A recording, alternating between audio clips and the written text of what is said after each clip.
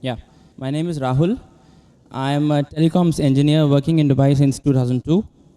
I want to ask a few questions. Coming from my background, I think religion is something that following that, you're saved from having problems in your life. Yeah. My first question is, I recently read a report by a doctor saying that because of marriages in first cousins in Islam, it leads to a higher probability of the fetuses being born as handicaps. Yeah, it increases the probability of the babies born without hands or without legs. So if it was something that could potentially cause harm, it should not have been allowed in Islam.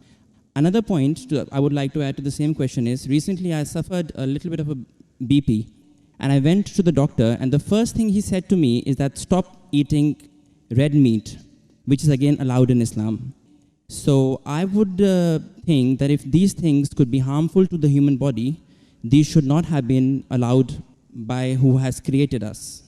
So if you can clarify me on that. The brothers asked two questions. The first question that is talking about consanguineous marriages. Consanguineous marriages means marriage between close relatives. In English it's called as consanguineous marriages. And in consanguineous marriages, medical science tells us today, there are high chances of genetic problems. And I do agree with the brother. Yes. So why does Islam permit that? Yes. It's clearly mentioned in the Quran in Surah Nisa chapter number 4, verse number 22 to 24, the woman who you can marry and the woman who you cannot marry is mentioned there. Amongst them, it's clearly mentioned you cannot marry your sister and a lady cannot marry the brother. It's mentioned. Neither the father, neither the mother. You cannot marry the brother of your father, the ladies, and you cannot marry the sister of your father. That means the important close relatives are mentioned in the Quran. Brother, sister cannot marry, son and mother, father and daughter, paternal uncle, maternal uncle can't marry. But as far as first cousins are concerned, Islam does give permission. Now, as far as consanguineous marriages are concerned, the maximum problem comes when you marry your direct blood brother and sister. Consanguineous marriage. Even if you marry your direct father, daughter, mother and son, or your uncle, the chances are also there if you marry your first cousin, but it's negligible, very negligible. So no, Islam... That's not what the report said. The report said that because of marriages in first cousins, not your brothers and sisters, it leads to this problem. And it was from a doctor. It was published in Gulf News as well, actually. Brother, let me complete. Even I am a doctor. Ah, okay. Fine. Even I am a medical doctor. Yeah. It means medical doctor with that doctor. Yeah. The chances in direct relatives are very high. Yeah. If a sister and brother marry, the chances are very high. Yeah. If a father and daughter are very high. You have read only one report, you haven't read the other report. Yeah. So you only read Gulf News, I read medical books. So Gulf News is better or medical books is, brother? Right, so better? your point is marrying in first cousins, the chances of getting problem is negligible. As compared to brother and sister. As compared to. Yes, compared to. But still there is a... Brother, will you let me complete my answer? Or? Sorry, yeah, please. So you have more faith in Gulf News? No, not really. I'm here to find the truth. That's right. So what you realize that consanguineous marriage, and I agreed with you. I didn't say it's not there. Yeah. So I'm not trying to beat around the bush. But compared, it is negligible. Compared to direct blood brother and sister. Now, I do agree that there are medical genetic problems in various ways.